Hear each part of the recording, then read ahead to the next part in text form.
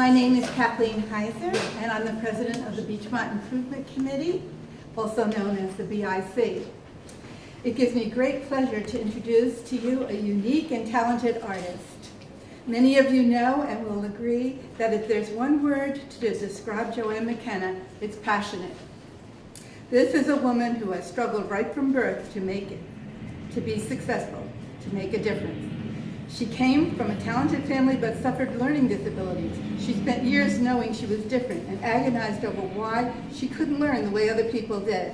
She began to act out, and in her early high school years, she was heading in the wrong direction until a teacher saw Joanne's artistic abilities and encouraged her to hone in on her photographer's eye.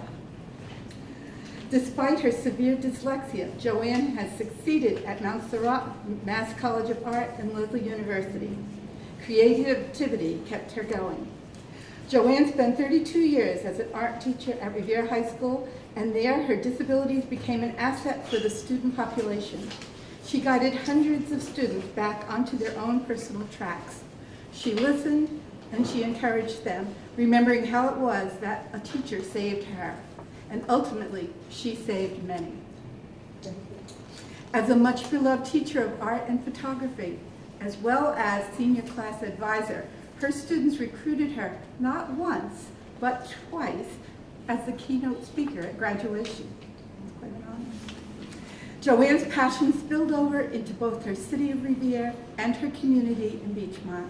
Motivated by the bad reputation of Revere, she decided to become an instrument of change. First, she organized the Revere Beautification Committee in a very successful attempt to clean and beautify the city. RBC is still going strong. After the RBC was well established, she started the Beachmont Improvement Committee, known as the BIC, to begin cleaning, grooming, and beautifying her own immediate neighborhood. Next, she began to think larger. She ran and became the Ward 1 counselor, where her passion can be seen and heard as she fights for trees, clean air, safe sidewalks, and safe neighborhoods. She has been a tireless champion for Ward 1, making a difference. This evening, we are here to celebrate Joanne and her photographic achievements. So without further ado, may I introduce Joanne McKenna.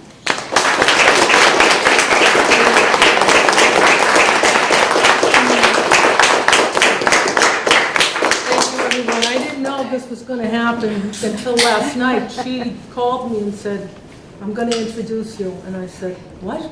And she says, I'm going to introduce you. I just need a little bit of background. So I gave her a little bit of background. But yes, my life has been a struggle all my life. I learned that I had dyslexia in 2005 when I was going for my master's in administration. I had to take the MTEL test, and I studied for a whole year, and I flunked it. And so then I went to a neurologist, and the neurologist told me I had severe dyslexia, and he couldn't believe that I had 3 master's degrees. So I did struggle. It was blood, sweat, and tears, but because of my artwork, it saved me. Because if I didn't have my artwork, I would probably be on the streets somewhere. So I thank God that I had the opportunity to have the talent that I do, and I want to share it with you. Finally, after all these years, I taught the kids creativity, but because of my teaching, I didn't have the time to do my own creativity, my own work. So now I do. I'm retired, I have some time, and I'm starting to get involved in it. So I just want to give you a little brief history of my photography. First of all, I just want to say thank you for coming. I got my first camera when I was 14 years old from my brother Gilbert, and I carried it everywhere. I think I even slept with it. It was just in my hand constantly. Then I bought a single lens reflex 3 years later, and I tortured my poor friends that are here tonight. Thank you very much for coming.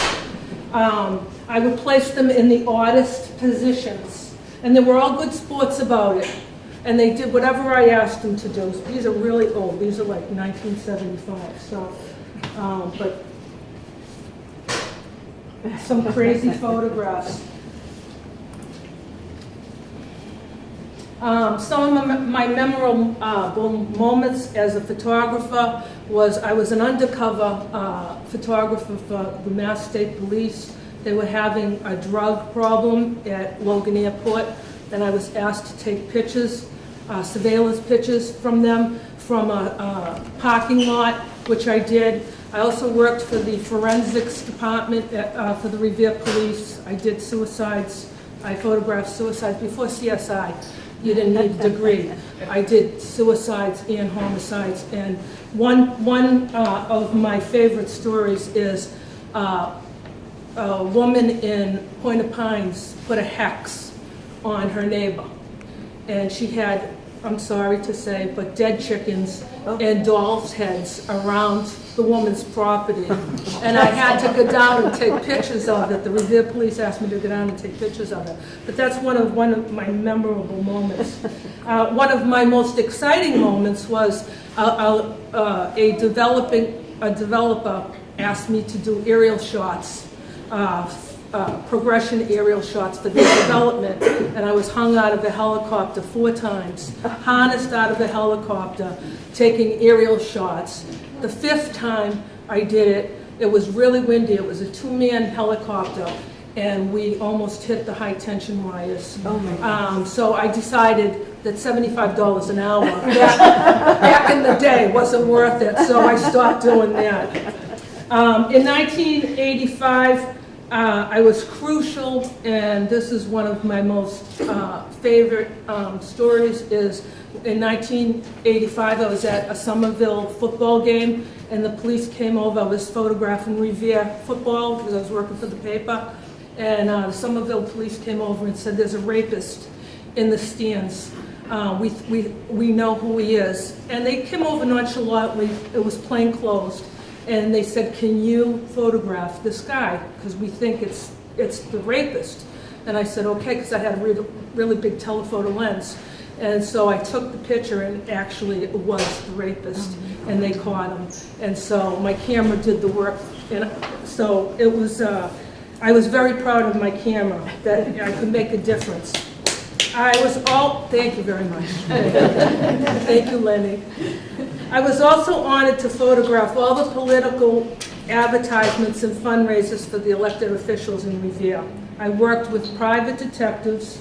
I photographed many weddings, and I was very fortunate, and you can see my work there, that I got to know some of the sports photographers at Boston Garden, and they let me, with my little camera, they let me sit on the floor with them, and I took the pictures. I have many other pictures I can't bring because I don't have the negatives anymore, but and they're probably worth some money, and I was afraid. But, so I was very fortunate enough to sit on the parquet floor at the Boston Garden and take the Celtics pictures during the Larry Bird era.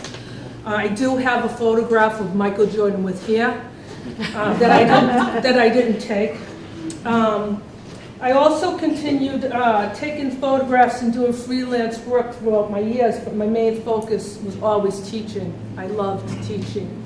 I taught many students how to be creative, but I limited myself of the same advantages. Now that I am retired, I have the time to focus on my art. My dream was always to have a solo photography show, and tonight it's finally come to fruition. I would like to, finally, I would like to say a couple of thank yous. First, I would like to give a shout out to the neighborhood development for asking me to host a photography show, and this is really important to me because this is my first one. I'd like to, a special thanks to Vani, Heather, Trey, Elijah, and the residents of One Beach. Thanks for helping me tonight. You helped me put everything together. You organized the room.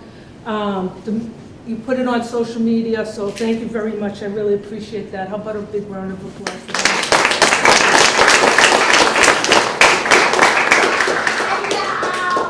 Good one, good one. I want to thank my family for always being my biggest fans, especially Bobby for helping me, and my sister Leanna for believing that my work was good enough to be exhibited. And I also would like to thank you all for your support and your love. I am very honored and humbled by your presence here tonight, and I hope you enjoy my show. Thank you very much.